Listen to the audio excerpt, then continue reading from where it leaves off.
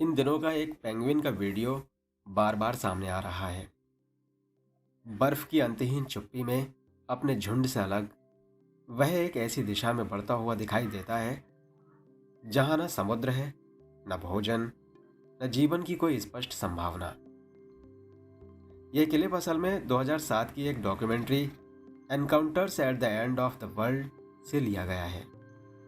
यानी यह कोई नया कैमरा फुटेज नहीं है, बल्कि पुरानी फुटेज का सोशल मीडिया पर फिर से वायरल होना है।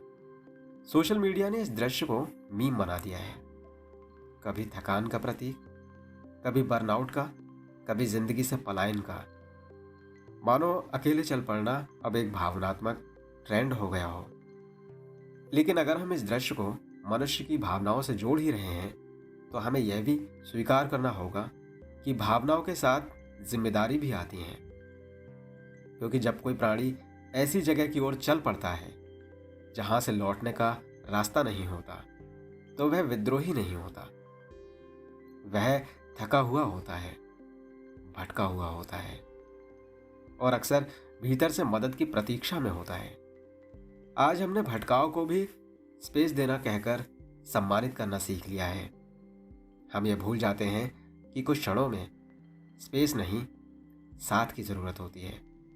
अगर कोई इंसान ऐसी दिशा चुन रहा हो जहां न संवाद है, न सहारा, न जीवन की गुंजाइश, तो उसे जाने दो कहना संवेदनशीलता नहीं, एक खामोश पलायन है अपनी जिम्मेदारी से।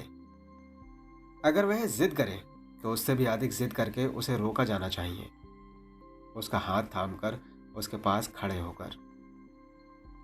क्योंकि कई बार जो आगे बढ़ता हुआ दिखता है वह भीतर से बस यही कह रहा होता है, कोई रोक लो मुझे, मैं अब लौट नहीं पा रहा।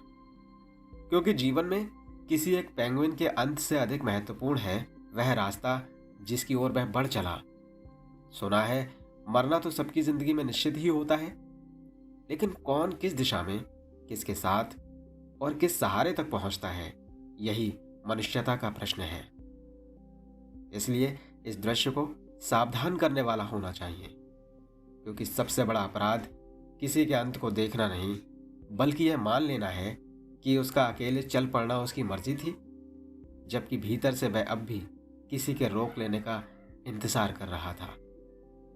अंत में बस इतना ही कहना चाहूंगी, जो अंधेरा चुन बैठा है वह रोशनी से नफरत नहीं करता, वह बस उसे ढूंढ पाने में थक चुका होता है।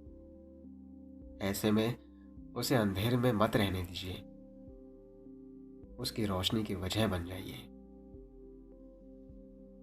यह लेख लिखा था अंजलि जी ने। आपको यह लेख कैसा लगा? अपनी प्रतिक्रिया जरूर दीजिएगा। कमेंट सेक्शन खुला है। यदि आप भी ऐसा कोई लेख लिखते हैं, कविता लिखते हैं या फिर कोई कहानी लिखते हैं, या फिर आपके मन में कोई विचार है, तो आप हमें हमारी ईमेल आईडी swarnimsahitya@gmail.com पर ज़रूर भेजें। नमस्कार।